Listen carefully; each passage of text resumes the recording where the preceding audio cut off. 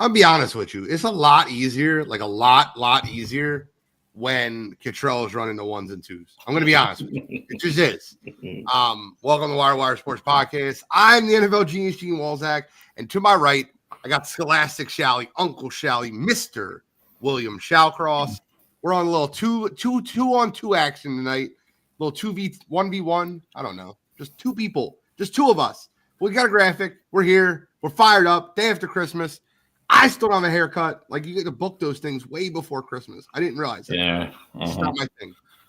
Well, a lot of people get haircuts so they look all nice for family and church for Christmas. Got to be on top of that. Yeah, that's not me, bro. Don't know what to tell you. I look like crap, and that's okay. And guess what? You can't get one before New Year's either, because if you missed it, because they get the New Year's rush, right? Like, reschedule them. I don't have a haircut appointment until January 3rd. Wow. My hair's going to fly. I have one against next Thursday. I booked both mine at the same time. Smart, man.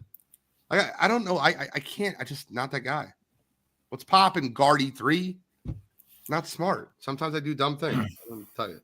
We got an action-packed show for you tonight. We're going to talk about the college football playoff. We're going to talk about little bowl games. By the way, just want to point out to anybody that listened, I was spot on in every football game that happened this week. Indiana stinks. Notre Dame smacked them around like they were a child. Texas is a lot better than y'all gave them credit for.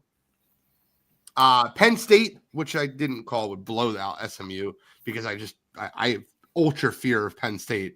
And then, the easy one, Ohio State over Tennessee. No doubt in my mind of any of those games that happened. Did anyone surprise you? Was there something in any of those games that you were like, oh wow, I just didn't see this happening?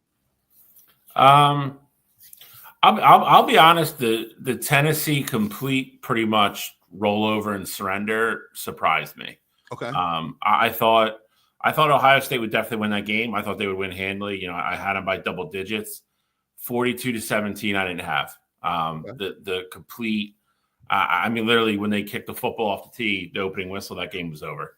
That I did not see coming at all.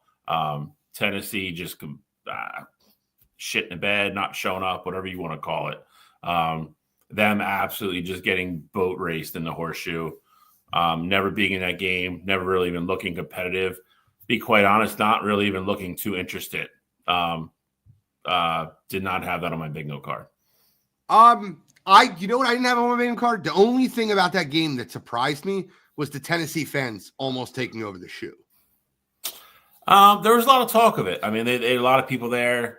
Listen, Tennessee has a enormous fan base. A very, however you want to say it, a very well-off fan base. They're going to travel. They're going to travel well. I'll say this. I think it's more surprising to me that many Ohio State fans sold their tickets. Yeah, that's what I mean. And obviously, you don't, when you put them up for sale, you don't know who's going to buy them. But the fact that many Buckeyes fans were like, yeah, we're just, first college football, home playoff game ever. And, I'm just not going to go. That was definitely surprising to me. But, it was a fun Saturday for sure. It's something, I wish we would have got 2 years ago. I have to give it to you got to hand it to literally all four of them. Ohio State, Notre Dame starting at Friday night, and then Ohio State, Penn State, and what's the other game I'm missing? Texas. You're missing Texas. Yeah. All four of those campuses and stadiums. I mean, you could really just feel it watching TV. Like it was just electric, and you see how excited people were. So, it's definitely just proven to be the right move for college football. I was excited about it. Penn State absolutely dominated SMU. I'll be right again about these games this week. I think that all of them are, I don't say as easy. I think there's one game that's just clearly better than all of the rest. I think Texas is going to roll. I think Penn State's going to roll. I mean, we'll break down the games, obviously, but I think Notre Dame beats Georgia. No Carson Beck means no passing game, and I think Notre Dame's defense is too good. And then you have the main event. The main event is Oregon, Ohio State, as which I think is one of the best repeats of a game. It was a 33-32 game the first time in Oregon. Ohio State is favored in this football game. Well, neutral site. I love that it's going to be a Rose Bowl at the Rose Bowl, so it's going to be the natural, geography, kind of traditional story, which we would normally have gotten if this was if it was like a 4-team playoff. This would have been one of the semifinals. I love that it's going to be in Pasadena, and on top of everything else, you got to turn the page back to that game and remember Oregon won at home, and you got to remember how that game ended. That game ended with Will Howard, rushing for, a 10-yard gain and sliding, a second too late. He gets down early and they call a timeout there. Ohio State's kicking a field goal to win the football game. Or chance to win the football game. The way their kickers have been the last couple of years, I don't know if he makes it, but regardless, that Ohio State was on the precipice of winning that football game. So neutral field, I'm not really surprised at the spread, to be honest. You're not surprised that Ohio State's the favorite in that football game? Not on a neutral field, no. I feel like if they were home, they're probably 4.5, somewhere around there. Okay. I think that's just super interesting to know that Oregon, who beat everybody this year, no losses, no blemishes, undefeated, untied. But again, the close game they had was against Ohio State in their stadium, and Ohio State's literally a second away from having a chance to win that game. So, right. On a neutral field, they feel like it's, you take Oregon's, Oregon's very intimidating and very loud home field advantage away, and that's where we're at. And how about it being at 5 p.m. on New Year's Day? Always 5 p.m. Rose Bowl's always 5 p.m. I understand, but you're going to see it the second half kickoff with the Auburn background, the beautiful background at the Rose Bowl, man. I'm fired up. Listen, both of us, obviously, and even Cottrell not being here, being Big Ten fans, you have a certain affinity and a certain love for the Rose Bowl and Pasadena. And one of the reasons is not just so much the beauty of it, the field being absolutely perfect, San Andreas Mountains in the background. It's the fact that it is 5 o'clock. You don't have to get up at the crack of dawn to get ready. You can sleep in from New Year's Eve and then wake up and have your day and get together with your people. And then it's on at 5 o'clock, like prime time, like sit down, everything's ready to go. And it's the Rose Bowl, man. It's just, there's nothing more special than playing there or winning there. So Texas, Arizona State definitely got the short end of the stick here in the 4 games that are being played. You got the New Year's Eve game, State Farm Stadium, and at Glendale, Arizona. It's a mess of a stadium. I don't really care, but Penn State at Boise Friday night, New Year's Eve night, Tuesday night. Then you have the Rose Bowl at 5 p.m. And then the nightcap, you got Notre Dame in Georgia. The 1 o'clock game on New Year's Day is always the trashiest game. It's at Mercedes-Benz in Atlanta. Most people aren't even awake at this point. You got Texas traveling. That's a 2-hour time log for them. Arizona traveling. That's a 3-hour time log for them. They're playing at 11 and 10 a.m. their own times. Yeah. It should be fun, though, to break down what game you got to be most excited for Oregon, Ohio State. Outside of Oregon, Ohio State, what would be the one game that you're really most looking forward to? The Georgia Notre Dame game. Okay. I'm really, because I feel like I'll say this. I like Boise, and I think Boise is a little bit better than some people are giving them credit. But I will say this: if Penn State shows up with their A defense like they did last week, they're going to win that football game. Unless they have a complete brain fart offensive collapse type James Franklin situation on offense, they're going to win that football game if the defense shows up. That's how I feel about that game. I think Genty's great. I think you could give Genty 150 yards and 2 touchdowns, and if you do that and that's all they do, then I think they beat Boise handily. Arizona State's a great story. I just think they're outclassed pretty much across the field against Texas. I think Texas, for as much as we said, Penn State had a great draw, I think Texas has a great draw. Getting Clemson first, now Arizona State, they shouldn't pretty much walk into the semifinals pretty much unscathed and ready to go. That Notre Dame Georgia game is fascinating to me. To your point, there's no Carson Beck. Not to go on a tangent about anything like that, but I don't think they're the second best team in the country with their backup quarterback. No, 100% not. And I think Georgia, I'm not saying that they wouldn't have been ranked too, but I think they hid that until everything got played out. They did. They couldn't have gone any lower than 4, but without Carson Beck, I think you have to give them serious consideration of putting them 4. This kid's had 2 weeks of practice, and I get it, but it's just not the same.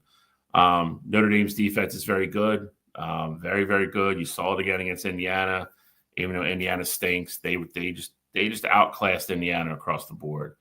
I think that the interesting part of this for me is how well is that Notre Dame defense pretty much going to line up against Georgia, like you said, without really a threat of getting beat over the top ever, and pin their ears back, but stay disciplined and be aggressive and be physical. But on the other side of the ball, it's going to kind of be the same for Georgia. They're going to have to stop that running attack. Jeremiah Love is that kid is an absolute just stud. They're going to have to start with stopping him, but not super duper concerned about Riley Leonard beating them down the field either. So I think that is going to be the chess match. Marcus Freeman versus Kirby Smart. I love Marcus Freeman. He's definitely one of the better. I mean, he might be the best young up-and-coming coach outside of Dan Lanning. And then Kirby's been there. It's a huge advantage, in my opinion, for Kirby to make adjustments.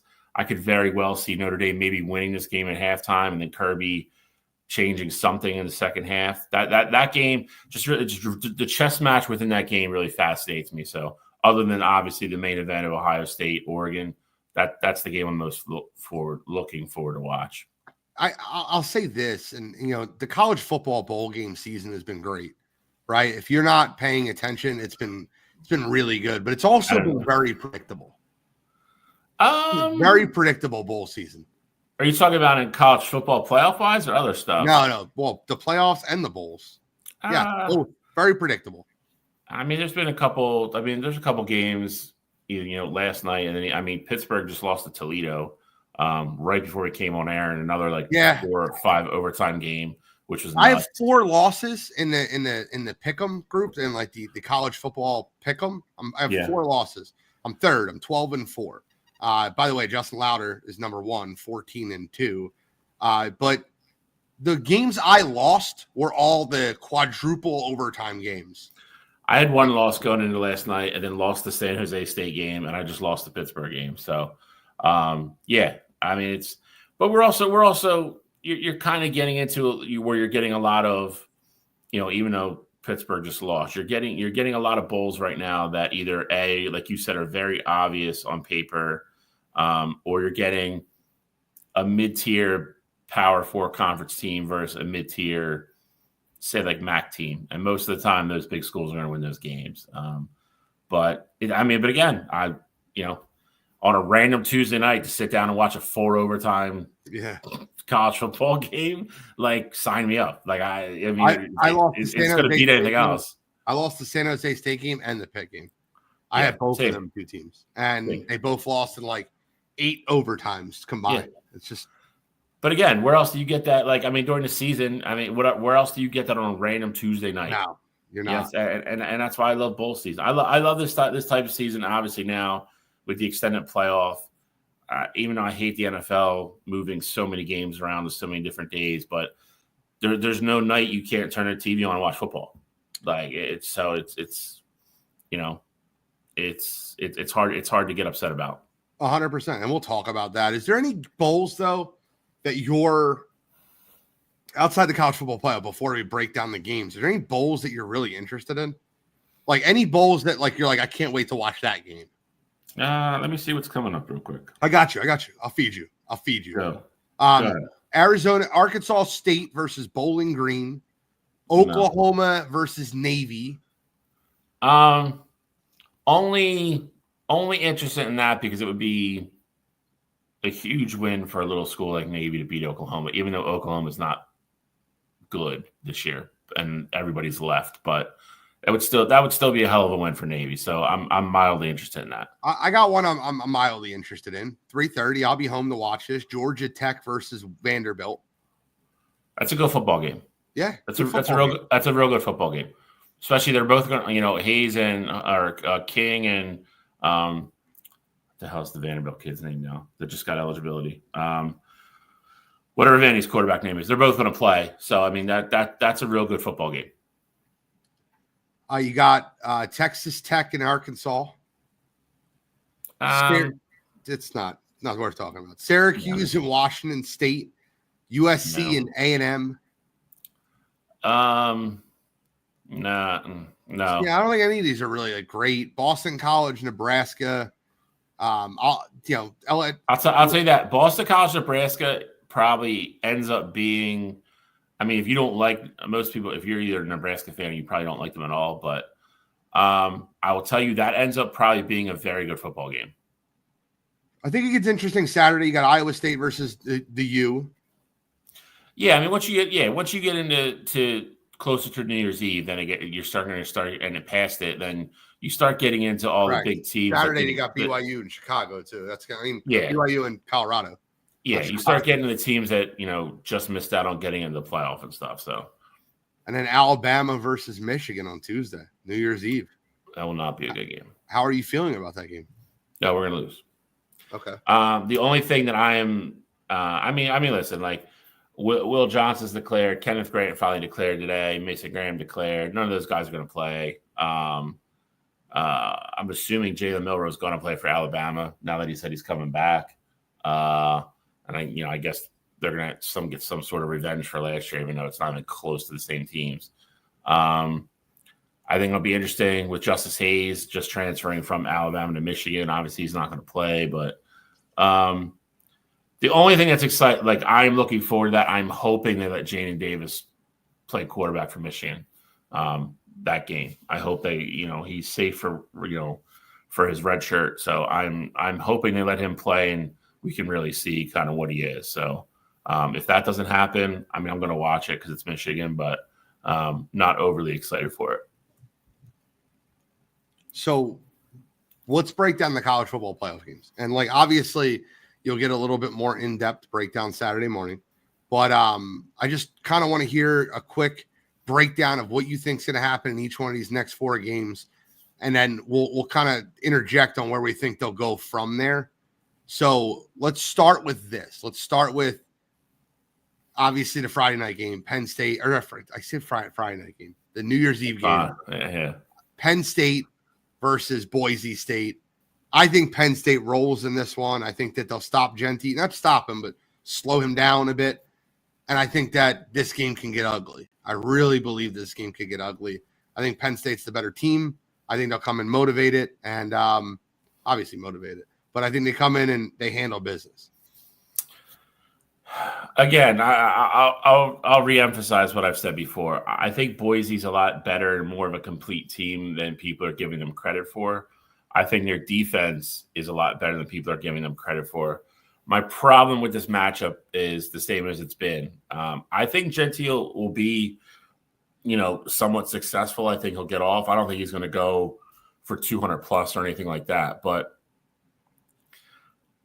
their passing game is very, I guess the word is ordinary, and it's very. I guess the word is ordinary. But it is. They do it. They do it when they have to do it. They're very efficient. They're very efficient, but they're very simple. They're not going to run complicated patterns. They're not going to run layered patterns. They're not going to do stuff like that.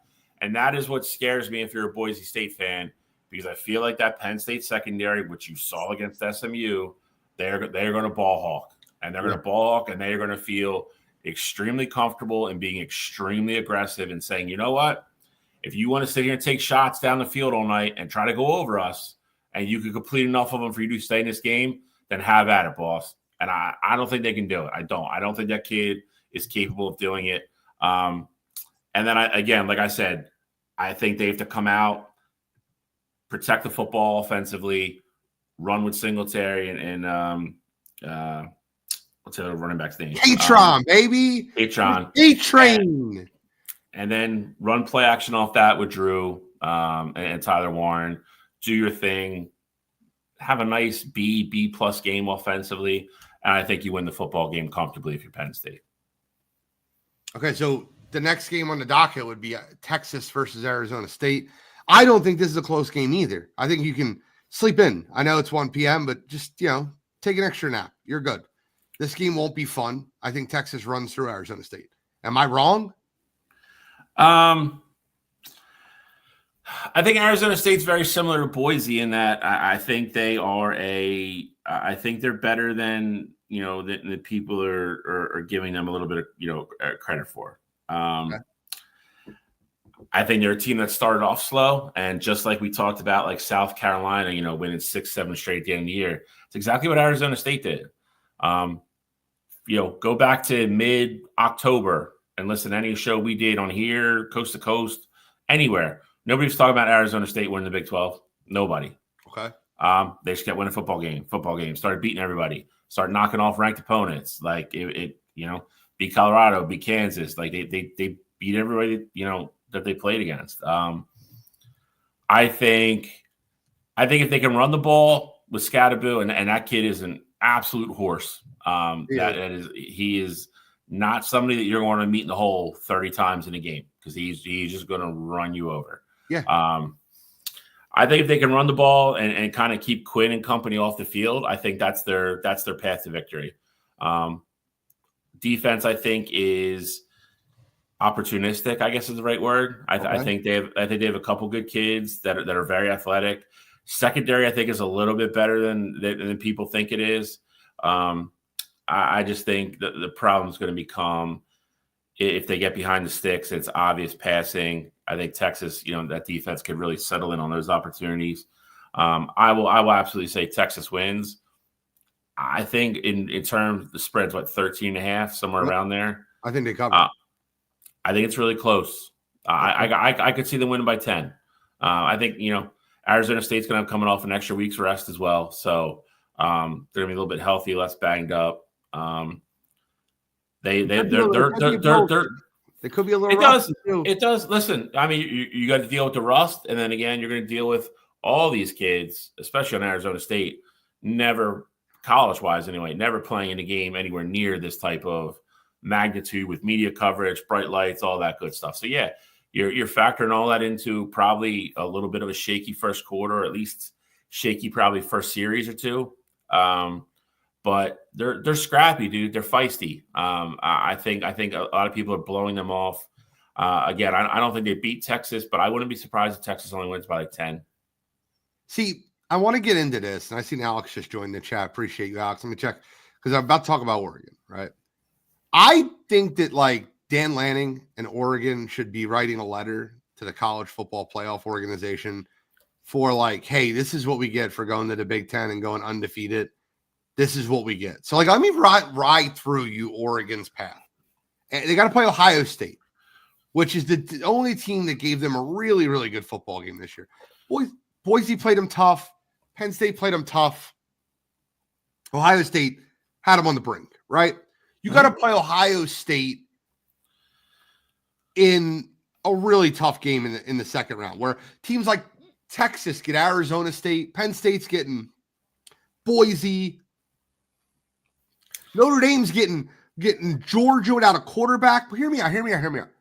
And if they find a way to win this football game, if they find a way to get through this football game, do you know where their next game is going to be played versus who? I don't. Is it guaranteed? I think they it's in the Cotton Bowl versus Texas. Is this out of their mind? Are we serious right now? Could you imagine a tougher run for a number 1 seed? You got to play Ohio State in the Rose Bowl. And then if you win the game, you got to go play Texas in the Cotton Bowl in Dallas, Fort Worth. I don't know where that's at. Oh, Texas. What are we doing? A lot of it's bad luck, though. You have to remember it's very that. bad luck. No, it is. I mean, listen, this all happened because Ohio State lost to Michigan. If Ohio State wins that game, none of this happens. I know. You're right. And obviously Carson Beck, you know, that thing you can't predict. So, I mean, you know, it's some of it is bad luck. A lot of it's bad luck, honestly. It's a lot of bad luck. And it is. But I mean, listen, if you want to be number one, you want to be undefeated, then I mean, listen, let's play devil's advocate and switch Notre Dame and Ohio State and put Ohio State down Notre Dame's spot. Okay, that's fine. Ohio State's going to walk through Georgia without Carson Beck. I mean, so I mean, at some point you're playing them again anyway. So I know, but they're playing all of them. They're going to end up playing. You're going to play them all anyway. That's my point. Like all year, the top 4 teams in college football. And now, granted, Georgia's lost Carson Beck, which really matters. But the top 4 teams were Oregon, Ohio State, Texas, and Georgia. And now you're sitting there in a scenario in which, in order to win a national championship for Oregon, you might have to play Ohio State, Texas, and Georgia. That's a really rough road. Whereas you're getting like a situation like Georgia. Let's just say Carson Beck was healthy. They get Notre Dame, Penn State. Okay, that's tough. That's not. Okay, but I'll play devil's advocate there though. If Texas takes care of Georgia in the SEC championship game, like you said, there's and say Carson Beck doesn't get hurt, there's a chance you're playing a 2-loss or a 3-loss Georgia team with Carson Beck in the first round. Yeah. So I mean, it's the Michigan, and again, the Ohio State losing to Michigan really put stuff into chaos. Like that's what moved Penn State up. Because even though Penn State went to the Big Ten championship game and lost, they weren't going to drop them down because they made that game. Like that is what put Ohio State down there to make this a conversation.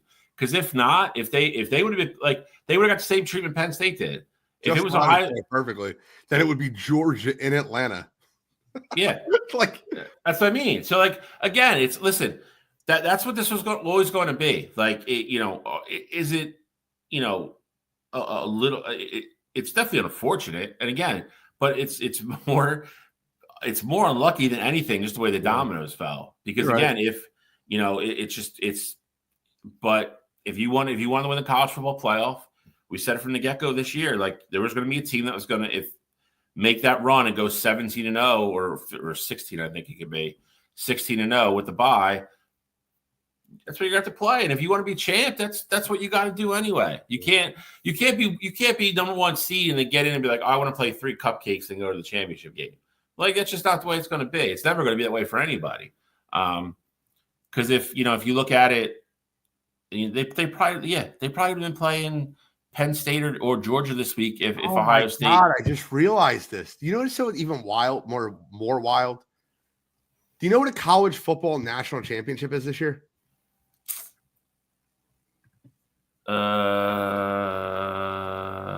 No. It's in Georgia. It's in Atlanta. Oh yeah, it's a Mercedes-Benz. Yeah. So wait a minute. If Carson Beck was healthy, you would have had Ohio State in the Rose Bowl, Texas in the Cotton Bowl in Texas, and then Georgia in the national championship in Atlanta. This is so goofy. If you're Oregon, you're like, what the hell? Like, what's going on? Can we get a game in Oregon? Just play one game in Oregon. Well, I mean, they're never going to play a playoff game there. I mean, again, you get the 1 seed, you get the extra, you get the bye. The one thing that's already been brought up, and they're probably going to do it, when they can change it next year. They will probably play the first round and then reseed. Yeah, that should reseed, 100% reseed. Or they should let I know this sounds crazy, but like, why don't you let the number 1 seed choose who they play? You can't let them choose who they want to play. But why? Yeah, that is such an awesome way of doing things. Like, you got the number 1 seed. Who do you want to play? Who do you want to play next round? You can play anybody you want out of who's remaining. You can't do that. I agree with the reseeding because then it's kind of like, okay, like then you're not putting the 1 at a disadvantage because then at this point they would play. So who would they would? Well, see again. I mean, it's not. They're playing Notre Dame then? What do you mean? The reseed? But if they reseeded, they're playing. Well, let me look. It probably would be Ohio State. Yeah, it would be Ohio. It'd be Ohio State. Ohio State. Yes, there you go. So again, the domino of Ohio State losing at home to Michigan is all higher seeds won, so it's 1 versus 8, 3 versus 6, 2 versus 7. So there, if you go to that argument and you reseed, you're still getting the same game because you are again. You're unlucky in that Ohio State, a team of that caliber, has dropped down to 8 because they lost to Michigan. If that loss doesn't happen, they turn into Penn State. They go to the Big Ten championship game. Even if they lose to Oregon there, though, they get the Penn State treatment, and they end up being the 5 seed. So then they would have gotten they're probably playing. They're probably playing like Texas or Georgia, though, somebody like that, depending on how that SEC championship game still goes out. So again, I mean, your argument for reseeding, which I think they should do, and they're going to change, but this just the way it fell out this year, they're still getting Ohio State. I'm not kidding with you. It's like one of those things where if like I was the one, I don't know why this is not a narrative that you say they can't do it, but how much fun would it be if you were like, all right, Oregon, you're the 1. Here are the 7 remaining teams left. Who do you want to play? All right, you're the 2. Here are the 6 remaining teams left, or 5 remaining teams left. Who do you want to play? And you allow the 1, 2, 3 to pick their opponent because Just Louder says it perfectly. Talk about the disrespect narrative. Oh, you wanted to play us? This is what you get. That'd be fun. Could you imagine them announcing that shit on national TV? That would have almost as many views as Penn State SMU. Wouldn't you tune in for that? Ohio State, Oregon, we won Arizona State. It would be wild. But even if you did it that way, there's still going to be some type of protections. Like they're going to say like if you're a conference champion and you're in the top 4, like they probably put something stupid in it. You can't pick each other. Like that's what it's going to be. Like it would be weird. Yeah, that'd be fun. I think it'd be hilarious. Notre Dame versus Georgia. Who do you got now? Well, first of all, I want to give our pick for Ohio State, Oregon. Justin Louder, I want to add to the disrespect narrative. I want to add to the disrespect narrative because I'm picking Oregon. I picked Oregon to win the national championship. I'm not changing now. I mean, listen, I think the game could easily go either way. I picked Ohio State at the beginning of the year, so again, I'm not going to change my pick. Will not be shocked 1 iota if Oregon wins the football game. They're number 1 and they're undefeated for a reason. But that's about as excited as I'm going to be probably for a football game that I really have no rooting interest in. That I can remember in a long time. I'm picking Oregon and I'm rooting for Oregon and I'm pulling for Oregon and I'm sorry, but I just make it very clear. I think that I picked the Oregon Ducks before the season started, and right now I'm an honorary Duck. I'm green right now, guys. This is very simple. I have 2 teams left in the college football playoff. I asked you guys before the season started, and you guys agreed that I'm allowed to have 2 teams this year. It's Penn State and whoever I picked to win the national championship. You guys agreed. Don't change the narrative now, Bill. I'm not changing it. I said from the get-go, as long as you announce it ahead of time, that's fine. I mean, my obviously, I knew Michigan wasn't going to be involved in the national title this year, and my championship game was Ohio State Georgia. So that's where I'm at. Obviously, I have a little bit of a get out of jail free card with Penn State being a PA team, but I mean it's. I don't have a problem with what you do as long as you announce it at the beginning of the year. It's when everything else comes off, and then your teams start dropping, and you like you just become. That's never happened. It hasn't. I picked Georgia, and I became a Georgia fan, and they won 2 back-to-back national championships. We accept you. That's what I'm talking about, man. Justin Louder's on the boat. Now, I will say this, though, Justin. If Oregon does play Penn State in the national championship, I will be rooting for Penn State. and you can not accept that, and that's okay. Even I'll be rooting for it'll be the only time in my life where I'm rooting for, not the only time, but I'll be rooting for myself to be wrong. I'll be rooting for myself to be wrong. And that's okay. Notre Dame, Texas. Or sorry, Jesus Christ. Notre Dame, Georgia, Bill. This is like I said, in our kind of preview kind of lead up to this, that's the intriguing game for me. Because I think both defenses are going to kind of have the same mindset. It's going to be stop the run, and if you can beat us vertically in the passing game, then we're going to make you do it. I think for spells of the Notre Dame game, I think Indiana's defense, I'll say this, Indiana's defense played their asses off in that game for being on the field as much as they were. Those kids were dog tired. They did not give up. I give that defensive unit a ton of credit for putting up the fight they did against Notre Dame. But I have to be consistent for the same reason I knew Notre Dame was going to beat Georgia or was going to beat Indiana. That defense they're going to see in Georgia is a considerable step up from what they just saw in Indiana. You're going to have way better athletes. You're going to have 5-star kids all over the place that can run, that can hit, that can tackle. I don't think Notre Dame will run the balls effectively against Georgia as they did, obviously, against Indiana. I think it's going to be a real struggle. I think it's going to be a lower scoring game. I don't know what the over-under is, but it's – I will say this. I think whichever one of those quarterbacks plays better, like whichever quarterback probably has better numbers at the end of that game is probably the team that wins. Yeah, I got Notre Dame. I don't think this game is going to be close. I think Notre Dame's defense is going to suffocate. I think Georgia's going to roll over. I really believe that. Georgia rolling over would be interesting to me. I just feel like it's going to happen, bro. I feel like that they have no confidence. I think they're going to come out strong with their backup quarterbacks, like real fired up and heated. And like, I think the first quarter will be close. And I think reality is going to set in when Notre Dame's defense shuts down Georgia time and time again. And I think, listen, as much as I think Notre Dame's going to have a problem running the football, I think they'll be able to move the football. And I think they'll be able to move the football in different plays, whether it be Riley Leonard with his legs. I think Notre Dame wins the football game. I don't think it's that close. I think 21-10. It'll be lower scoring. This game screams like 21-17 to me. If either one of these teams gets to a 3 in front of their name or in front of their score, then I think that team definitely wins, but I don't think we're getting there. The over-under is at 43.5. It's considerably the lowest one. Yeah, and I think you're talking about a run-happy team versus a team that likes to run the football anyway with a backup quarterback.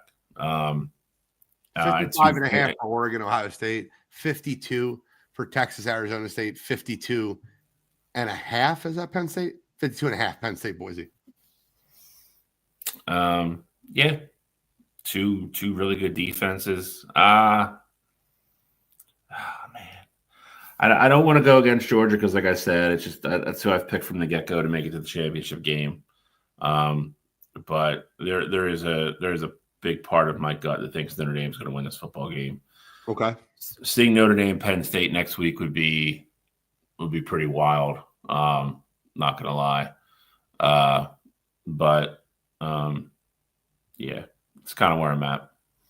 All righty. And last thing I want to talk about college football platform, we're going to move on, or college football period, is what do you feel about these old NFL players? Deshaun Jackson is going to be a head coach of Delaware State. Like Vic, Norfolk State. Like, what are your thoughts on these guys taking the prime time route and going to coach college football?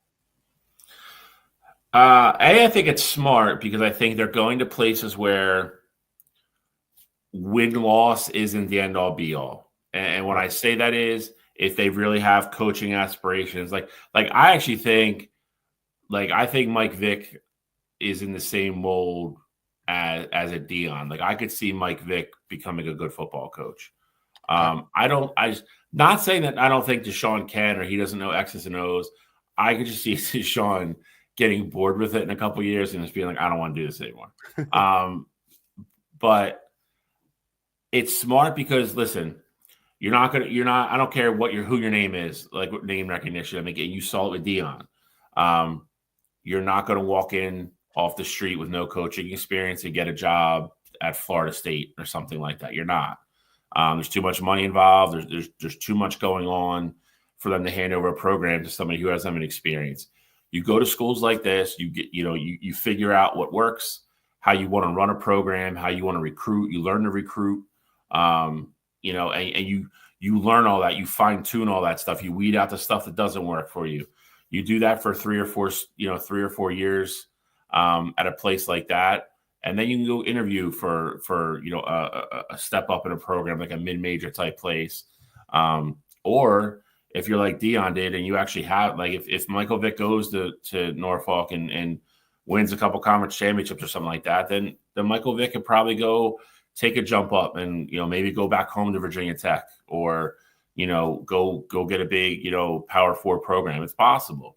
But if you're asking me to describe it in one word for both of them, it's smart. It's doing it the right way.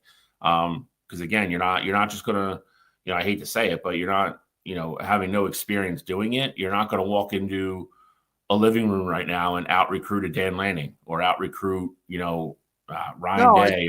More of the question would not be whether it's intelligent or not for them. Like a lot of ex-players get into coaching, right? A lot of them. There's tons of them. Mm-hmm. But most of them are assistant positional coaches in the NFL, right? Like you see with like the Deuce Staley is like one of the big one running back coach, but Hank Fraley is an offensive line coach. Like there's a lot of Aaron Glenn's defensive coordinator. A lot of these guys get their start as coordinators of their position group.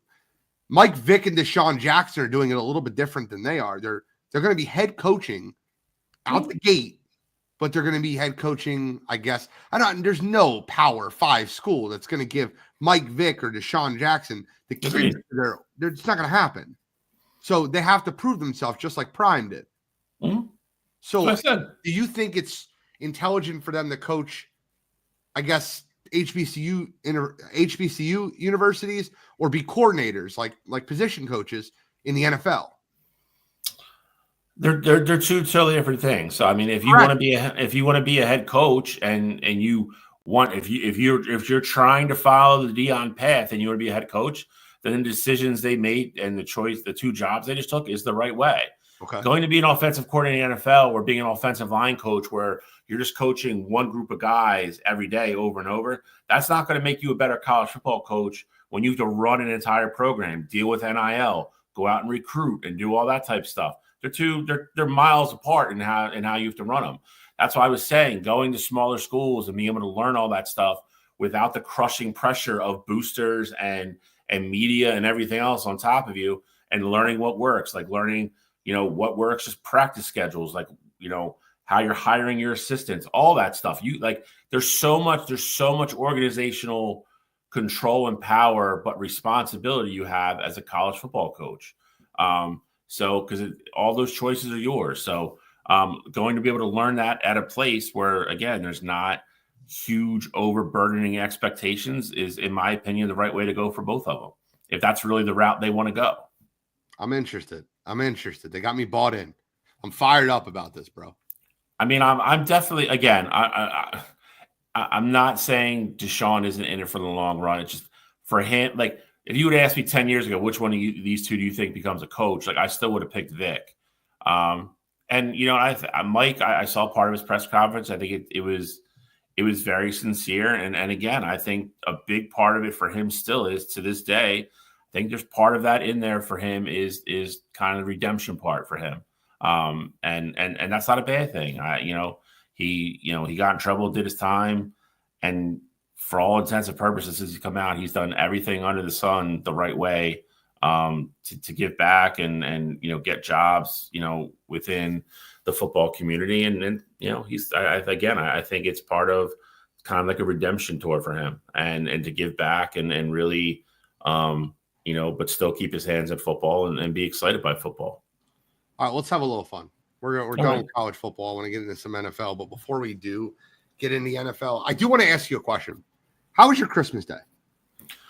Great, long, hectic, but worth every second of it. But we have a pretty tight itinerary on Christmas Day. But wouldn't trade it for the world. So the reason I kind of asked that question is because I want to know at 1 p.m. Now, you might have been on the road, you might have been traveling, but you had an opportunity. You could have been watching Knicks versus the Alien and Victor Wembanyama, or you could have been watching Chiefs, the Kansas City Chiefs play the Pittsburgh Steelers. So I because a lot of talk out of the NBA is, hey, NFL, back off. This is our holiday. Yeah, it definitely it was interesting to hear so many people, and to your point, so many, I think, superstars bring it up in post game news conferences and stuff like that. So definitely hit a little bit of a nerve. I think I was on the road at that point. I was going from my sister's to Liz's for Christmas, but it is. I didn't get to watch any of the Knicks Spurs game. Caught the last, say, quarter and a half of the Chiefs game. Because I'll be honest with you, I'm such a football junkie, but out of a showing of solidarity to me enjoying NBA basketball on Christmas Day for year after year after year, I almost felt offended. Now, I do have 2 TVs, so I could watch both, and that's what I did. But I was offended at the NFL on a Wednesday. This is not for football. I would say a lot of people. I would say a lot of people would agree with you, and I will tell you this. Like, I mean, and you'd ask my sister or even Travis. Like, our whole thing was usually, like you said, you get there and noon.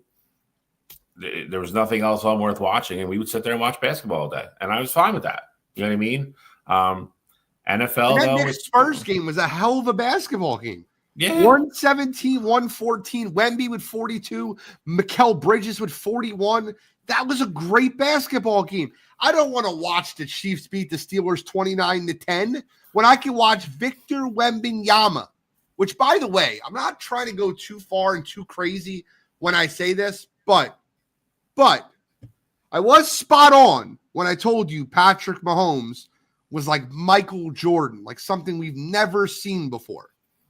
Victor Wembanyama is something we've never seen before. This is year 2. This man has a 10-block game. The other day he had 42, 18, and 4 blocks. This is year 2. He's going to be one of the MVP candidates. The guy is just specially different.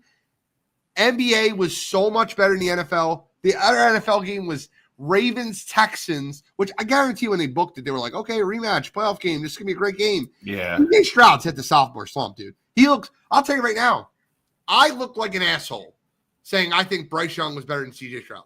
I look like an asshole last year. I don't look like an asshole anymore.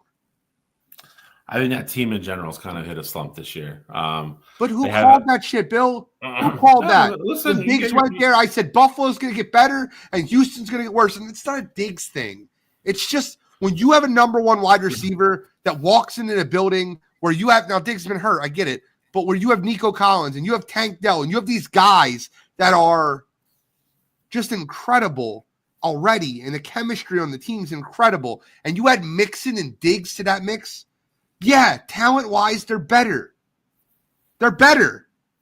But they're not better on the field. And CJ Stroud has taken a step backwards. Huge step backwards. I'll be honest with you. If you tell me you think Bryce Young's better than CJ Stroud, I don't think you're crazy anymore. Because Bryce Young is looking like the number 1 draft pick that they drafted a year ago. And CJ Stroud looks worse and worse each week. Yeah, I mean, the Texans are weird, and they've been on like a roller coaster type situation. I would even say like a month and a half ago, they were not playing well at all. They were hovering around 500, and then they banged off 2 or 3 games in a row, looked really good, and then now the last 2 weeks again, we're kind of back to where we are again. So I think for games he's looked good, but to your point, I mean, other games he's looked looked terrible and looked like he's regressed a little bit. I think the biggest thing that was so impressive with him last year was the consistency. He played so good all year long.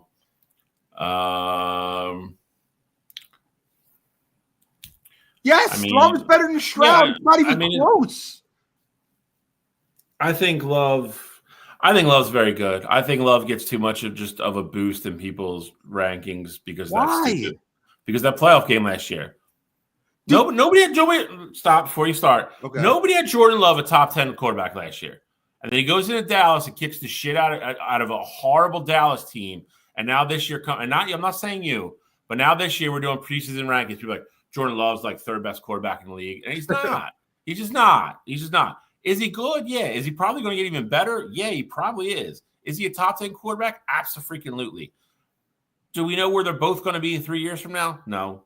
And like you said, everybody wrote Bryce Love off. Now all of a sudden we're like, all right, well, yeah, like you said, like he's entered the conversation again. And now he's back. So like, where is he in 3 years with a competent OC and offensive line and head coach in front of him? What does Bryce Love look like in 3 years? So I mean, yeah, I love that you call him Bryce. It's Bryce Young. I know you know Bryce Young. I know. You love calling him Bryce. You call him Bryce Love all the time. I know. I don't know why either. It's funny. But but yeah, so like, where are we in 3 years? I agree.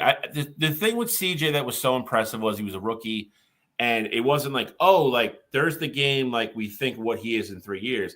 He played like that for a whole season. Yeah, he did. Like he was consistent. Like it was this all year, and obviously now it's this. And call it sophomore slump, call it Diggs, call it. I mean, he didn't have Nico for a month. He came back, Nico, and then Tank Dell. Prayers up to that kid. Bro, that kid's had some awful injuries so far. Yeah. They already said he earliest he's back on the field is 2026. He's done forever, dude. That guy's he might be. He might be. So I mean, that's what I'm saying. Like they've already said, like he is not playing football next year. So and they've dealt with other stuff up front. The defense has been a little banged up. But again, I think as a team in general.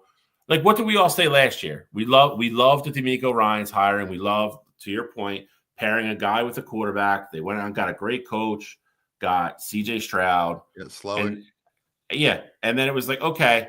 But then it was like, bang, they won the division. And we're like, oh, like the whole team in general, they're so far ahead of schedule.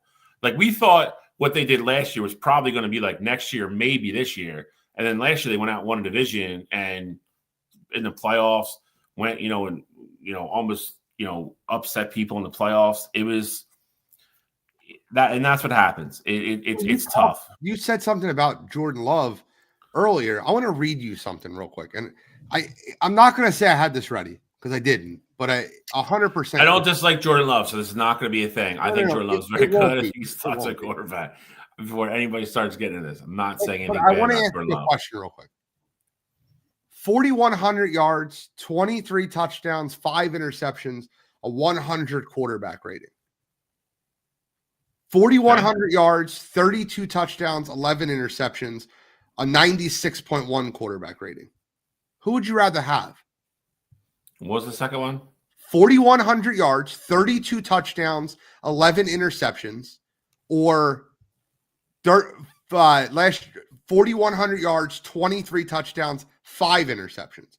So one guy had nice way to put it. Right? They're almost identical when you space out. You're getting more touchdowns and more turnovers, same yardage. It's almost last the same. Year. Everybody had C.J. Stroud in 2023. Like people are talking about him being the top 10 quarterbacks. What he did his rookie year, but a lot of people don't realize that was Jordan Love's second year as a starter. That was his last year. That wasn't this year. That was last year. I get it, but you're still comparing first full year as a starter, 17 games. He wasn't a rookie. I get it, but his first full year as a starter was last year. And he had better stats than C.J. Stroud. That's a big asterisk, though, bro. C.J. Stroud had maybe the second best rookie season ever of any quarterback in the history of the game. But last year. But that's why, though. That's why. We all applauded C.J. Stroud's season last year. But Jordan Love because he was a rookie, bro. Because he was a rookie. When you go out and have debatably the best season ever by a rookie quarterback, that's why. Yeah, but nope, okay, that's not a rookie shot. That's not a quarterback. shot at Jordan. That's not a shot at Jordan Love But at how all. much different is it to be a rookie quarterback than being your first season starting as a quarterback? Like Jordan Love played 10 games, and a lot of them were like Okay, but Jordan Love's been in the NFL. How long has Jordan Love been in the NFL? That was last year was his third year. Okay, so third, But like he that's didn't still a start; he was lot. behind Rodgers. Okay, but you're still in there. You're still learning stuff, dude. Okay. That's So, different than coming playing. out of college and being like, "Here are the keys. You got to go drive the car tomorrow." That's a big difference. All right. I just bring that And up. again, it's not a shot at Jordan Love. I said Jordan Love was better than CJ Stroud. And he might be. He might be. So can we just do? We always do this when it's just me and you. All right, go ahead. But I just want to do a Jordan Love or. Okay. Starting right now, going forward. So here from now to the rest of the remainder of these people's career. You're starting a franchise right now. Not starting a franchise. You're running the franchise. Got it. Now I'll start with the one that we're just talking about. Jordan Love or CJ Stroud. It's really tough, dude. In my opinion, you're flipping a coin. And you're fine with either side it lands on, to be honest. I would say this. I will slightly go Jordan Love because I think even though he's only in his second year, CJ's had a better supporting cast than Jordan Love has. So if you gave Jordan Love, Nico Collins, and Tank Dell, and Joe Mixon, like, do I think his numbers tick up a little bit? Probably. All right, Jordan Love or Jared Goff? Well, I mean, if I'm going forward, I'll take the years in hand and take Jordan Love. But Jared Goff's not that old, bro. No, he's not. But I mean, you're actually let me see real quick. Jared Goff is 30, just turned 30 this year, just recently. And Jordan Love, just for context for anybody listening, Jordan Love is 26, so it's 4 years. It's 4 years. 4 years right now. A lot more than I thought it was. 4 years right now isn't a huge thing, but when Goff's 38 and Love's 34, then I want Love. Jordan Love or Sam Darnold? Love. Okay, I think that's easy, right? People are putting Sam Darnold in their top 5 quarterbacks in the NFL. It's wild. Well, it's no reaction. Jordan Love or Jaden Daniels? Jordan Love. I agree with you. Jordan Love or Caleb Williams? This one's tough for me because I am not on that Caleb is the next coming of God to football. Why is it tough? I don't think it's tough. Jordan Love. I've got Jordan Love over every one of these quarterbacks. I'll get harder, I promise. I don't think this is tough. I'm going to say Jordan Love now just because there's just still so much unknown with Caleb. Okay. Jordan Love or Justin Herbert?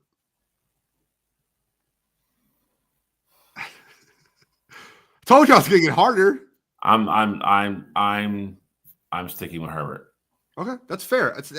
I'm not saying that like that's the wrong answer. I just think it's a really good answer, right? All right, here's a fun one. By the way, I would beg you to guess how old Lamar Jackson is. Lamar Jackson's clearly over Jordan Love. That's not what I'm asking. How old do you think Lamar Jackson is? He can't be more than like 28. He's 27 years old, bro. Oh, yeah. All right, Jordan Love or Jalen Hurts? Jordan Love. That was quick. Slow down. You're not supposed to go that fast. I knew as soon as you started laughing, I knew that's what was coming next. So I was already going through it in my head.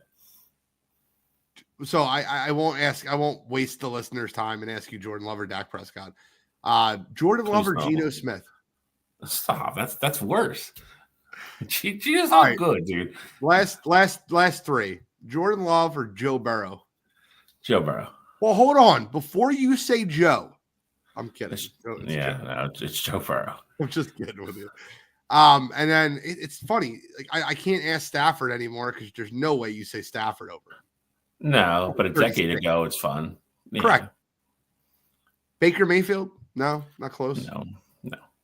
So you have Jordan Love you have him behind Joe Burrow, Lamar Jackson, Patrick Mahomes, Josh Allen, and Justin Herbert. You have him Yeah, six. so he's which I said he's top 10. So for me, if you're going it that way, he's fringe top 5 for me. I think that Packers fans would sign up for people saying Jordan Love was the 6th best quarterback in football. I mean, listen, if you're going into a season and you have the 6th best quarterback in football and a good defense and everything else, then you have a really good shot at winning the Super Bowl. Brett, would you sign up for Jordan Love being the 6th best quarterback in football? I want to know his answer. I was shocked when I found out that Lamar Jackson was only 27 years old. So wild to me. I thought he was older. It's just he's been in the league longer. I think it's wild he's going to get ripped out of an MVP this year, to be honest. Well, that's the next topic. Thank you very much for leading right into it, Shally. Segway Shally is back. Segway Shally has made an appearance.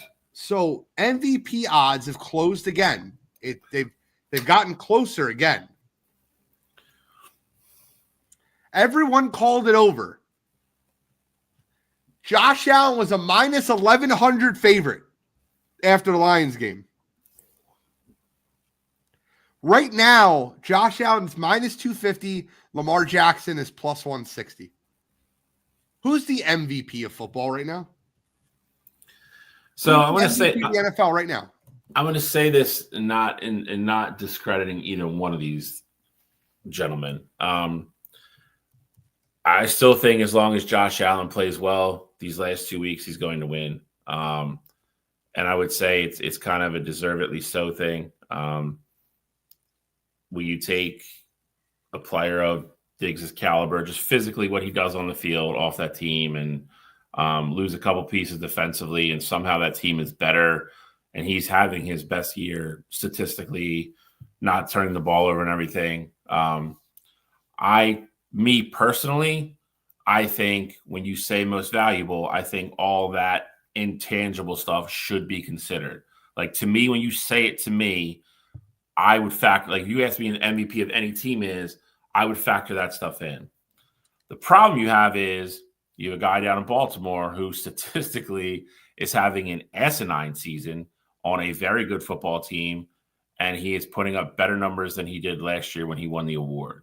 So there is always that. He shouldn't have won it last year. And that's actually hurting him. Which is correct, which is what I was getting to. There's a lot of people that felt he shouldn't have won it last year. So now you're going to do the whole, like, well, we'll take care of it and correct it ourselves type thing, and it'll be even after this year. Yeah, but Josh Allen shouldn't have won it last year. Josh Allen didn't win last year. No, but my point being is we're not taking care of it. We're giving it to a person. They're going to look at it specifically just for Lamar. I think he's the only one. If you look back at this situation, if you look back at it I'm serious, in 10 years, you go, who won the MVP in 2024? And you go, Josh Allen.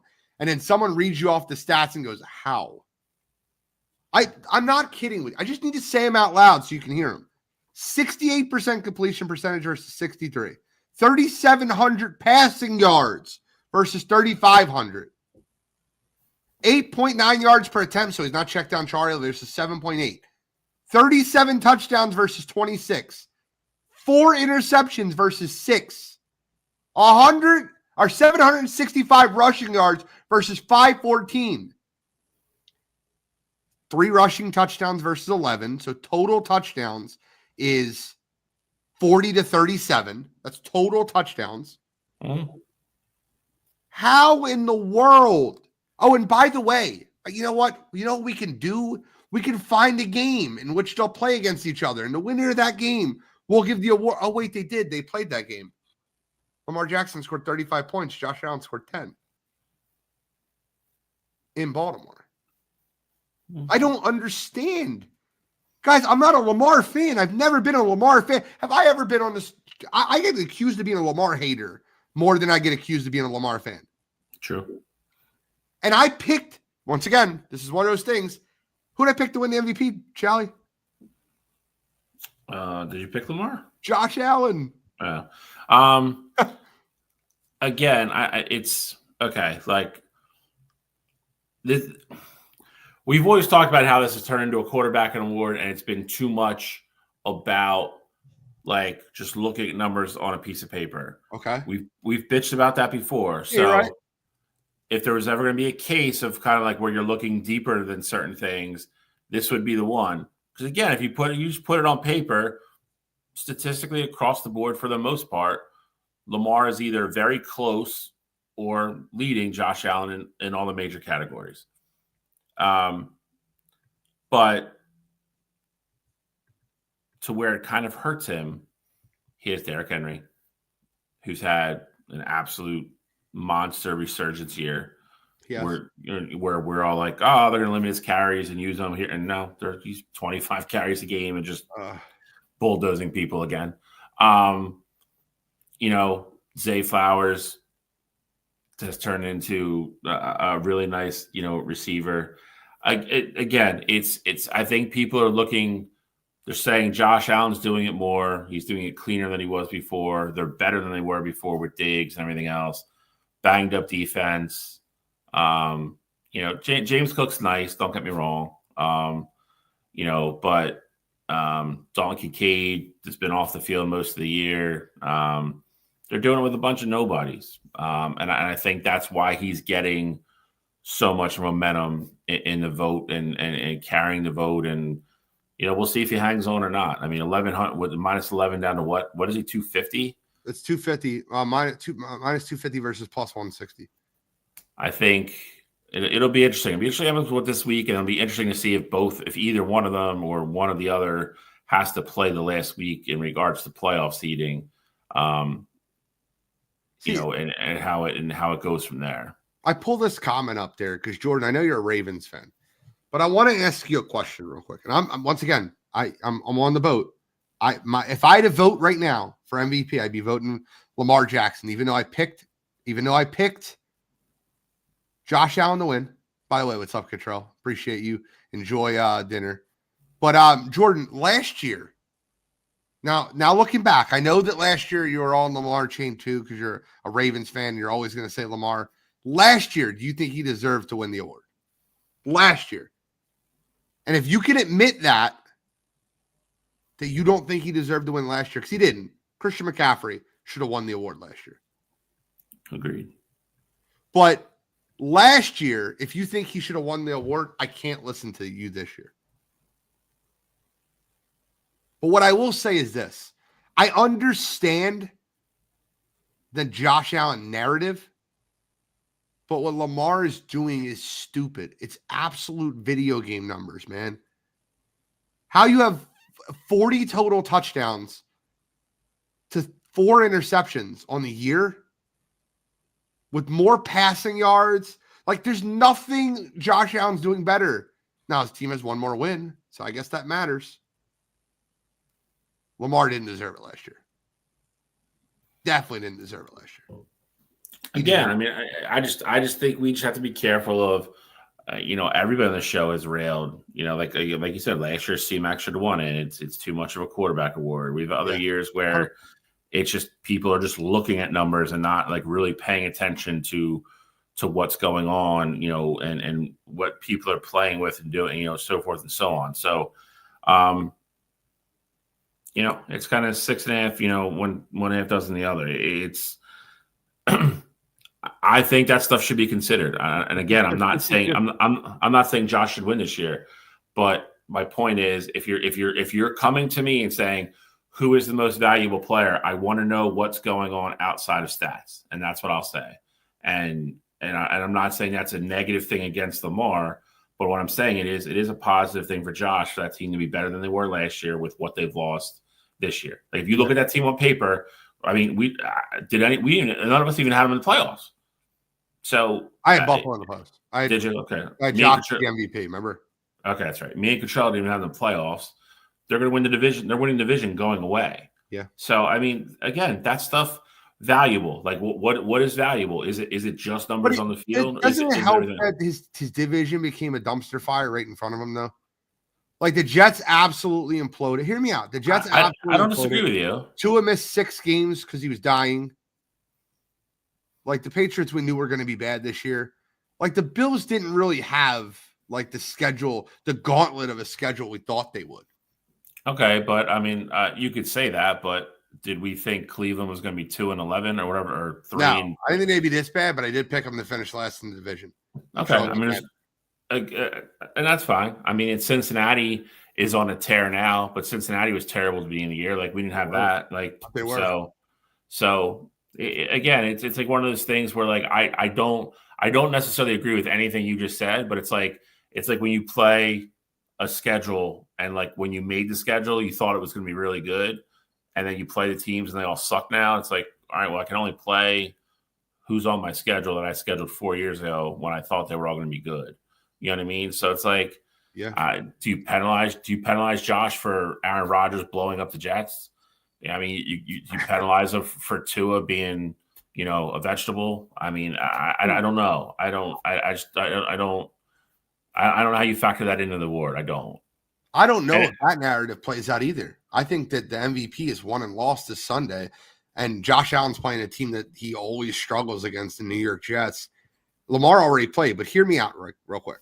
Next week, Buffalo's not going to play. There's no way Buffalo plays at New England. They're not going to play. There's no way they play next week. Can they move anywhere? No. So it'll be KC. Buffalo. Oh, it could be Baltimore, Buffalo. You're right. I didn't think about it that way. I mean, if you lock up the 2 seed, I mean, I don't know why you wouldn't play for it. Because Cleveland plays Baltimore next week. As a practice. And Baltimore did beat Buffalo. So, yeah, I guess if Buffalo wins this week, they can't finish lower than 2. So if they win this week versus the Jets, they don't need to play next week at all. Oh, that means, at that point, that means I would assume that Baltimore is shutting it down too, because whoever comes out of the South is not going to have Baltimore plays next week. If they lose and Pittsburgh wins, Pittsburgh plays Cincinnati, Baltimore plays Cleveland. Pittsburgh would win the division. If Pittsburgh wins so Baltimore has to play next week. That'll be interesting. Buffalo does not. Because do you think it might be a tricky little game to bet on Lamar to win the MVP right now with plus money? Because next week the narrative is going to change, right? I mean, possibly. I mean, you got to see what Josh does on Sunday, but especially if Josh. You got to do it before Sunday, because if Josh goes out and has a terrible game and they don't play the last week of the season, Lamar's favorite is going to be a crazy favorite. And if Josh goes out and plays a great game, he doesn't play, it's over. You got to do it before the game. Yeah, if you want plus money, you got to do it now. Yeah. It's really interesting. My vote, just for the record right now, even though I picked Josh Allen and I would love to be right once again, my vote is for Lamar Jackson right now. Where's your vote? We have votes, right? We get votes, professional votes. We're podcast. Professional votes. I'll stick with Josh. Okay. But next, wouldn't be mad at all if Lamar won. Well, the playoffs are right around. So you're picking Josh. The playoffs are right around the corner in the NFL. The Houston Texans are basically backing into the playoffs. They're a half a game up, or a game and a half up over to Indianapolis Colts, who aren't eliminated yet, by the way. I want shitty divisions, though. Good Lord. Hold on, dude. They don't play Week 18. They played twice. How's Week 18 playoff for them? I should have looked at this before the show. I apologize. The Houston Texans play at Tennessee, and Jacksonville plays at Indy. I guess if the division isn't clinched, Indy could win the last 2 games of the season, and Houston could lose at Tennessee. That would be possible. Yeah. I mean, Tennessee plays at Jacksonville this week. So who do the Colts play this week? Giants. Oh, Jesus Christ. So going into next week, there could be a situation where Houston blows that division. Yeah. Oh, man, I didn't think about that. Could be fun. I mean, listen, the more games that matter next week, the better, because there's so many teams that are just so far out of it already this year. It's going to suck. I mean, we'll be lucky if we have 5 or 6 meaningful games next week. I know. There's just a lot of bad teams this year. I don't think I've ever remembered a season going into the last 2 weeks of the season where 1, 2, 3, 4, 5, 6, 7, 8, 9 teams have 4 wins or less. Yeah, and but then on top of that, you factor in like Kansas City already took the 1 seed. Yep. But like good teams, like not even like San Fran's eliminated, like stuff like that. Like when you look at the beginning of the year, you're like, all right, well, like okay, maybe San Fran doesn't win the division, but like they're fighting like last week. Like no, like they're eliminated. Like Yeah. So they have good teams like that just have bad years on top of everything else, and it's like half the league is just nonsense going into next week. Do you know why Atlanta's going to beat Washington this week? Because it would eliminate 2 more teams from the playoffs if they don't. I'm serious. You get on. You love this. You love this. This is one of the easiest weeks in the world to bet sports. Tinfoil hat week. You love the week before the last week of NFL. It happens all the time. It's all the time. Listen, I don't disagree with you. I mean, the more teams that are in it next week, it makes it better for the NFL. It's more people that are going to watch. Well, if Atlanta beats Washington, who does that keep alive that it shouldn't? Seattle. Because the Rams are going to win that division, I'm assuming. I mean, the Rams hold the tiebreaker, and they have a game in hand. So yeah, so they have to lose both. They have to fall apart. Yeah. You're looking at an NFC playoffs that's going to be Detroit, Philadelphia, Los Angeles. It might not be Detroit because Detroit plays Minnesota next week for the 1. No matter what happens this week, by the way. Actually, I think if Minnesota loses to Green Bay, Detroit locks the 1 up if they beat San Fran. But Detroit, Philadelphia, Los Angeles, Atlanta, Minnesota, Green Bay, Washington. That's the 7 NFC playoff teams. Am I wrong?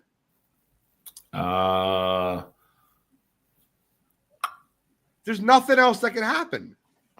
Well, can't Tampa win the South? Yeah, Tampa can win. Or Tampa can win the South. They would need.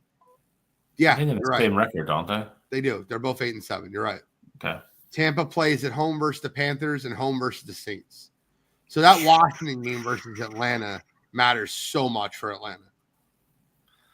I got to go in there with Michael Penix. I mean, he didn't look terrible this week. He didn't look great, but he didn't look terrible. He was playing the Giants, though.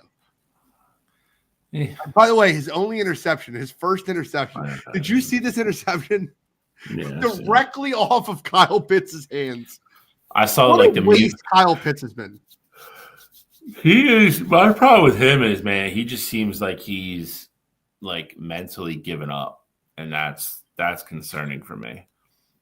But yeah, like I saw like the voiceover clips on Twitter, like when they show them at their lockers talking, and like they start to talk, but they like dub over it, and they're like, what did you see on, that play that you threw the ball to Kyle Pitts, and it has like Michael Penix being like, "That's my fault. I shouldn't have thrown it to him because I know that guy never catches the goddamn ball anyway." Like it's so funny. Oh God, it's so good. Let's get into this week, Bill. Let's get into this week. We're getting tinfoil hat a little bit too much.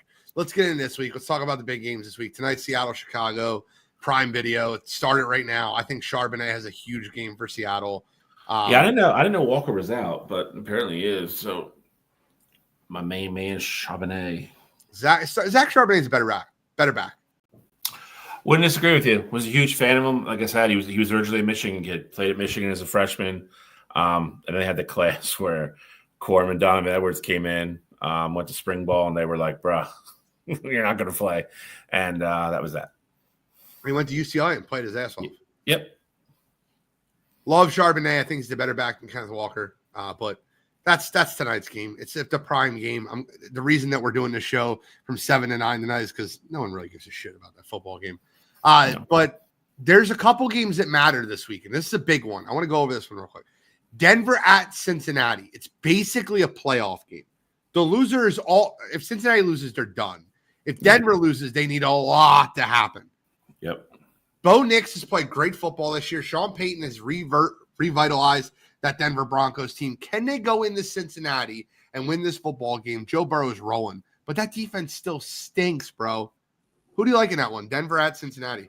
Defense is terrible, but it's just to the point where Burrow and Jamar Chase last, I say, month have just been unstoppable. And that's I think they said the last 4 games, Chase has like 10 or 11 touchdowns or something like that, and he didn't score last week, I don't think. He's just been out of control. Cincinnati at home, man. Jamar did score. He scored late, and it was so dirty. It was such a play that was unnecessary. It was 17-6 with 1:44 left in the game, and he caught a 35-yard touchdown. If you didn't watch the game, it was so unnecessary. Helped my fantasy team, but it was so unnecessary. It's one of those things where, I literally loathe the Bengals defense. But that being said, Cincinnati at home. Cincinnati's rolling. They've literally played 3 or 4 of these games in a row now where if they lose any of them, they're out. And at some point, you always think that has to come to an end. But I'm not betting against Joe Burrow at home. I'm not going to do it. I'm with you. I got the Bengals in that one. I think the Bengals won the football game. I was trying to talk up Sean Payton and Bo Nix, but couldn't do it. It was impossible. I'm going Bengals too. Joe Burrow is – and by the way, just to be clear, I still take Joe Burrow over – any quarterback not named Pat Mahomes, just to be clear. So, like, when you rank those top 4, Bill, I don't care what they did this year. Rank those top 4. It's Pat, Joe, Josh, Lamar. That's the 4 in that order. I think you could make – I wouldn't argue your top 2. I think you could – I think a lot of people would probably argue Lamar and Josh. 3, 4. Yeah, I understand. I'm just telling you my preference. If I was taking 4 quarterbacks, that's the 4 I would do in order. Charles really made me a fan of Lamar. I was never as down on him as you were, but the last couple of years have just kind of been really just kind of before he got his contract, he was a quitter. Don't lie to yourself. The knee thing I was not a fan of. No. Before he got his contract, he was a quitter. We don't have to lie about it. I think quitter is a strong word, but he quit on his team. Is that not what happened? He made a very, very obvious business decision and tried to hide it as something else, which is what I didn't like. I didn't like that either. Charles gonna listen to this later and be mad at me. I don't care. All right, next game on the docket. I only care about tonight's game with Charbonnet for fantasy. I have Charbonnet too. Tell me if he scores, please. It's probably most people. They just started 0-0. All right, so I'm going to ignore this Arizona-LA game. Who cares? The Rams should win. Arizona's a dumpster fire. I do think it was hilarious that Arizona was talking trash to Carolina, calling them trash, and then Carolina beat them. I think that was great. But yeah. I do want a little Eagles talk. Just quick Eagles talk for you real quick. Okay. I have there's definitely games where I blame the officiating. I think the officiating was really bad in Washington. I don't necessarily know if the Philadelphia Eagles would have won the football game or not. But what I will say is that I don't know what you had a bigger problem with, Charlie. And I know you had a problem with both. But I've never seen a player get his helmet smacked off his head and get called for the only penalty in the play. For talking smack. He was talking shit. And he got his helmet smacked off his head. I'm talking about Gardner Johnson. Mm-hmm. And they called the flag on Gardner Johnson only. It wasn't offsetting. And it was right in front of the official. He pointed at him and goes, "No, you were running your mouth. That's why you got your helmet smacked off your head." Yeah, it's not a cause and effect thing. That's not how they're supposed to officiate games. To your point, if you want to throw a flag on him for saying some of the magic words or whatever, fine. But you can't be standing there and the guy literally reach over your shoulder to punch him and knock his helmet off and not give that guy a flag. How is that possible? I don't know.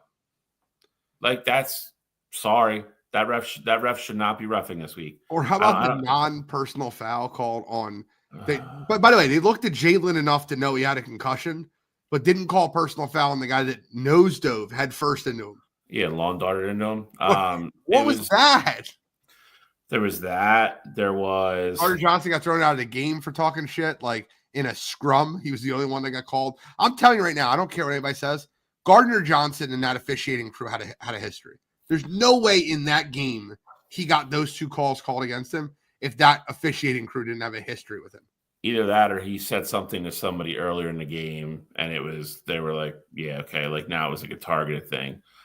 It was bad. It was awful across the board.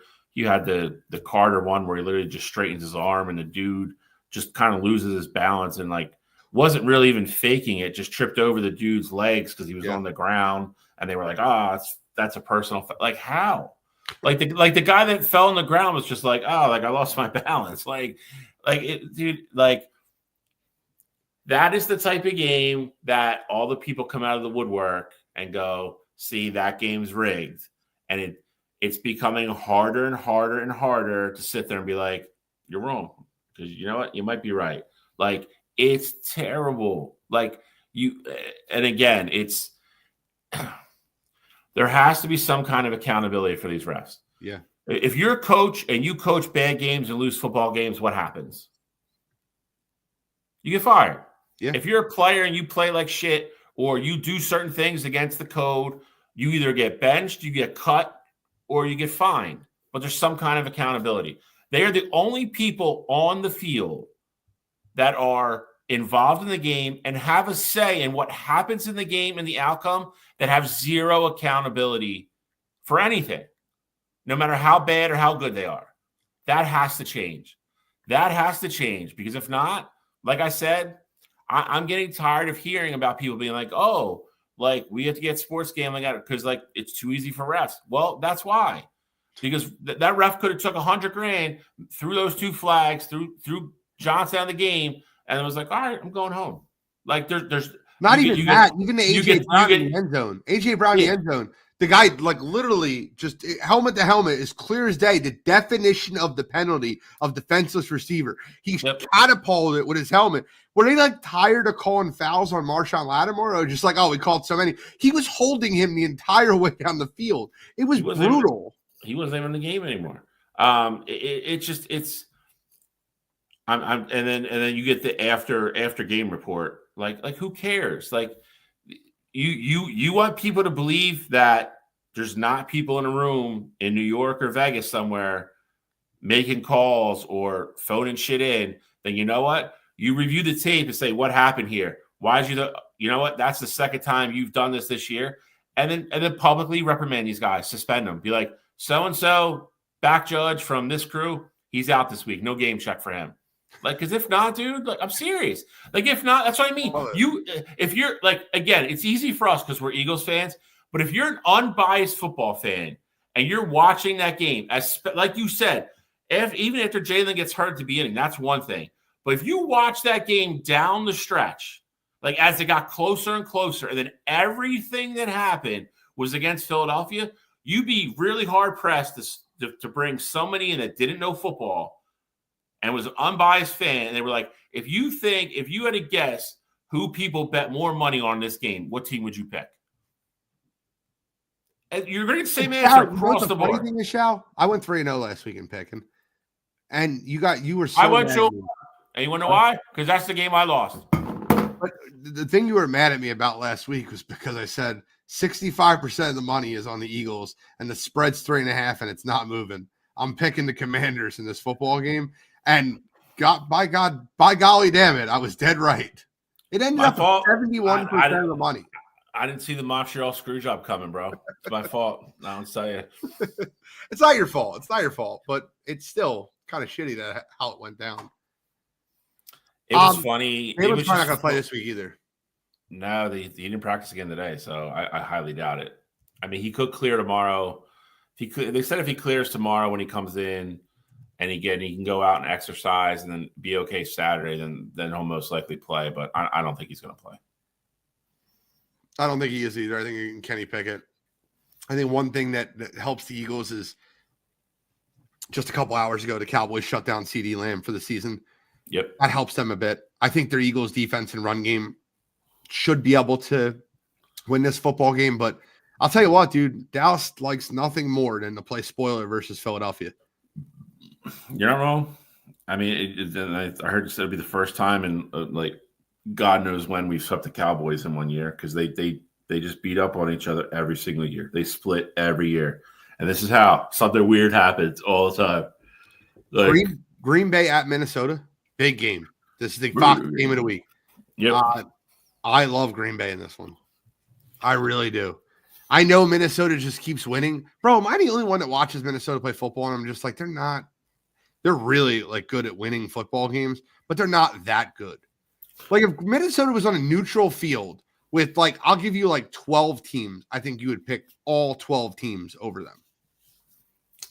Minnesota isn't flashy.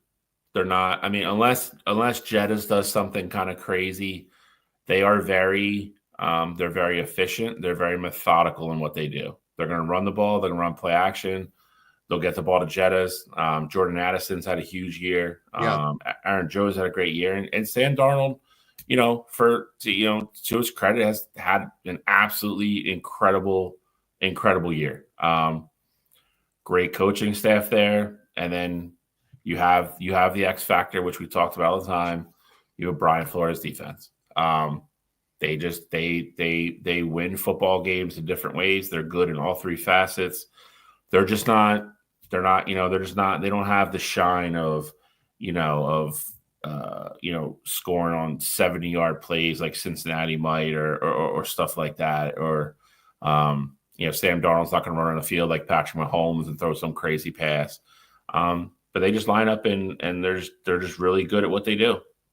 I love Flores. I just think the time's got to run out. Talent versus talent. Green Bay's better. I'll take Love over Darnold. I'll take the Green Bay defense over the Minnesota defense player for player. I'll take Josh Jacobs, who's having an absolutely incredible season, over Aaron Jones. I like Green Bay in this one. I don't care where the game's being played. I think they're the better football team. I don't disagree with you. I think that the big thing for me is Green Bay's defense has finally gotten healthy. And you've seen that the last couple of weeks, and all of a sudden they're kind of starting to look like Green Bay, like we thought Green Bay was going to look at the beginning of the year. Now they have a couple key guys back. So I agree with you. I don't think it's smoke and mirrors. I think Brian Flores is just great at giving quarterbacks things they haven't seen before, or they're not used to seeing, or they're not expecting. And they're guys that on that side of the ball just play very, very disciplined football. They do tackle well. And they don't give up big plays, which in the NFL is it's a big deal. You know what I mean? Okay. If you're gonna make a team go down on a 12-play drive every time to score, like that's usually going to come out, to your benefactor, because you're probably not going to have 4 or 5 of them in a game. You know what I mean? So I'll tell you what, they know how to win one possession games, bro. Yeah, they do. When you go through the season so far, they won 23-17 versus the Niners, 31-29 versus the Packers and Green Bay, 23-17 versus the Jets. They won 21-13 versus the Colts, 12-7 versus the Jags, 30-27 versus the Bears, 23-22 versus the Cardinals, and then last week, 27-24 versus the Seahawks. They have a lot of really close one-possession games, especially versus teams that aren't even in their stratosphere as far as playing, like Jacksonville, 12-7. Are we serious? I like the Packers this one. Who are you picking this one?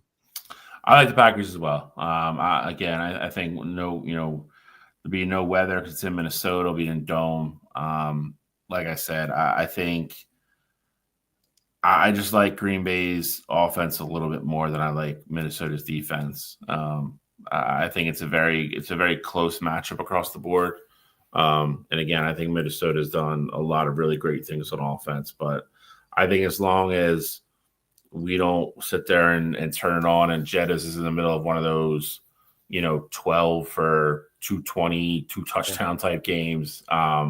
If we don't get that, then I'll take the ball.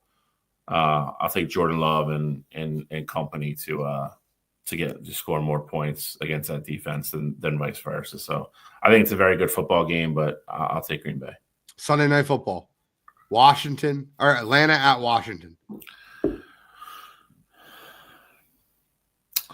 I think Washington coming off, they'll say it's an emotional, big win. It was gift wrapped to them by Goodell and company, but it was. That being said, I'll take Jaden Daniels over Michael Penix at this point. I think Penix will probably look a little bit better. The game will probably start to slow down a little bit for him after last week, but that Washington offense, for the most part, has been really good all year.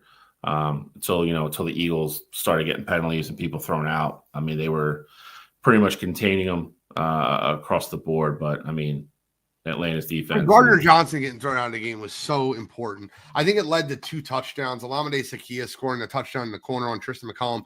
That's the obvious one. The other one is the one where Slay was hurt, ran back on the field. I think if Gardner Johnson's on the field, I think they're not having that mix-up of who's supposed to be on the field. But there was that one, and then there was. By the way, Slay played a great football game. He was probably the highest-rated corner on the team. But you have to know that you can't be running off the field knowing no one's at the bottom of the screen, no one's at the bottom of the field. You snap with 12 men and you take the 5-yard penalty. You don't run off the field and no one's in your area of the field. It's one of those unfortunate miscommunications at the absolute wrong time. Yeah. He did have a great game up until that point, though. I think the only concern for me would have been, I think that was Quignon's worst game by a mile.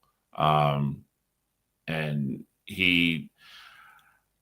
it wasn't physical stuff with him. I think it was more mental stuff. I mean, he let the Terry McLaurin catch was a well-thrown ball. A great play, great route, great ball. Great. It was, but he let him run right by him, though. I mean, again, it was for me. It was more of a mental mistake and a fluke more than anything else. But Darius definitely had a really, really good game. Who do you got in the Washington versus Atlanta game? I'm going Washington. I was just getting around to that.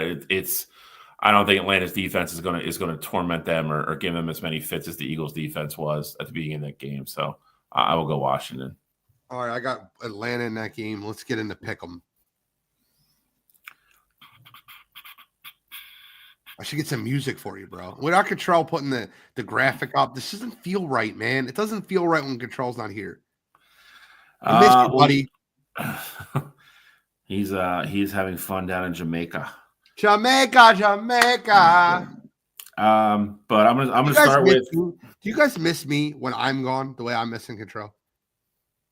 I mean, I don't want to speak for Cottrell, but I don't. But see, this is what I mean. This is some bullshit. I'm just kidding. I like when we're all here, bro. It was a joke, bro. You can say whatever you want. I don't think it's serious. I'm gonna pick 2 of the 3 games that we talked about, though. So, I'm going Green Bay -1.5 at Minnesota. For all the reasons we just broke down. I like that offense too much, and more importantly, Green Bay's defense getting back to full strength. I think it's going to be too much for Minnesota. Like Gene said, these one possession games over and over and over. Eventually, you lose one of them. So I think this is going to be one of them. I like Green Bay. Second game, Arizona at LA Rams -6.5. Arizona's eliminated. There's already a bunch of rumors. A bunch of guys aren't going to play. Rams -6.5. Could pretty much lock up the division if they win at home. I'll take Stafford and company there. And last but not least, the game we started off with, Denver at Cincinnati -3. I'm going to take the Bengals. I'm going to go with Burrow until he lets me down. I think he has another huge game. I think Chase has a huge game. Probably a very high scoring game. But till death, Joe for me. I'll go with Burrow to the grave. So, bro, that sounds like a Joe Biden speech at the end. I know. I'm going Burrow -3. Relax, Biden. Relax. All right, Sleepy Joe.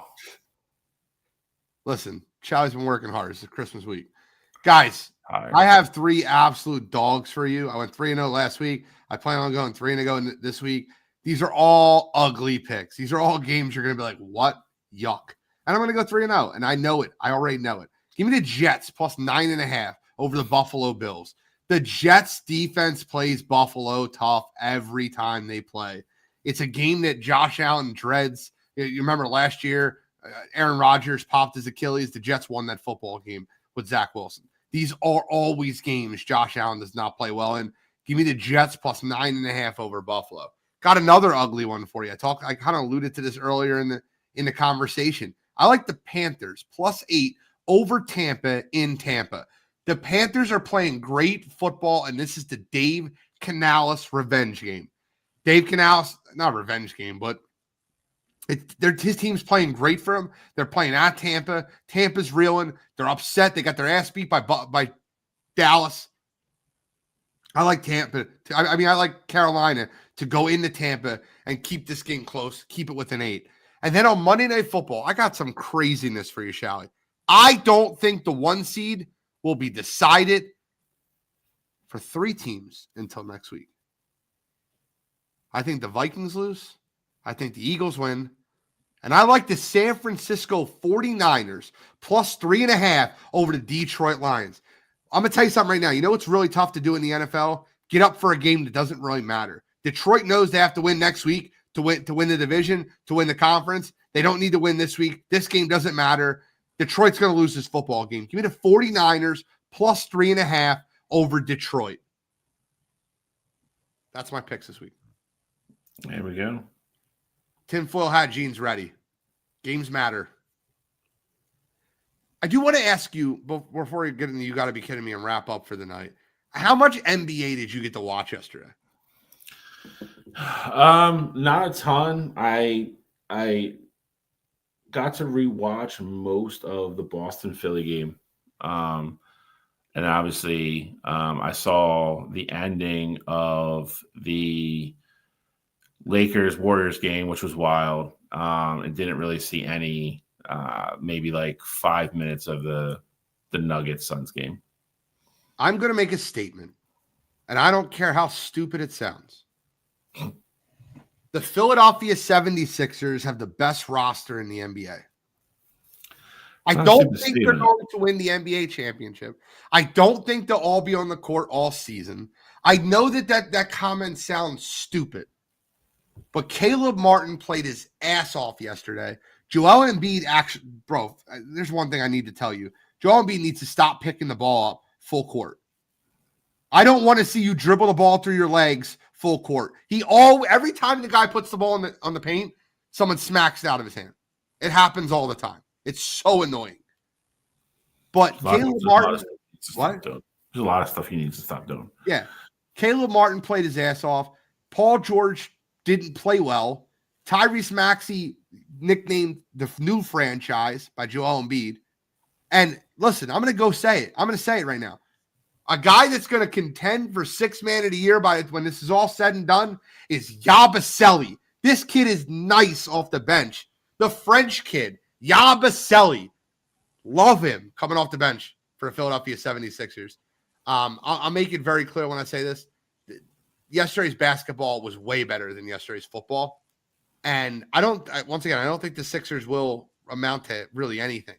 But every game yesterday, outside the last one, the Suns Nuggets, which wasn't really that great, every game yesterday had something. Victor Wembanyama, 42. Mikal Bridges, 41. 3-point game. The Mavs, the Timberwolves were up. I think they were up like 25 points.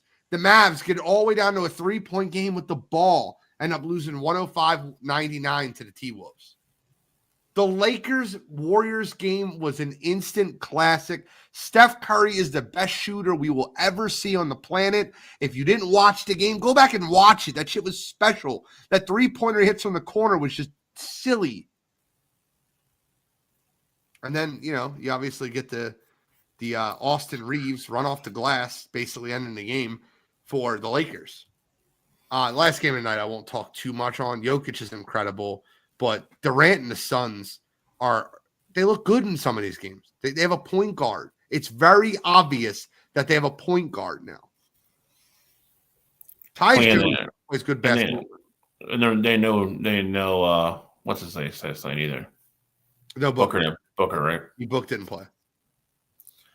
Well, I hate to burst your bubble, but I just saw this because it just came out. Did you see the viewership numbers for the football games? I guarantee the NFL destroyed the NBA.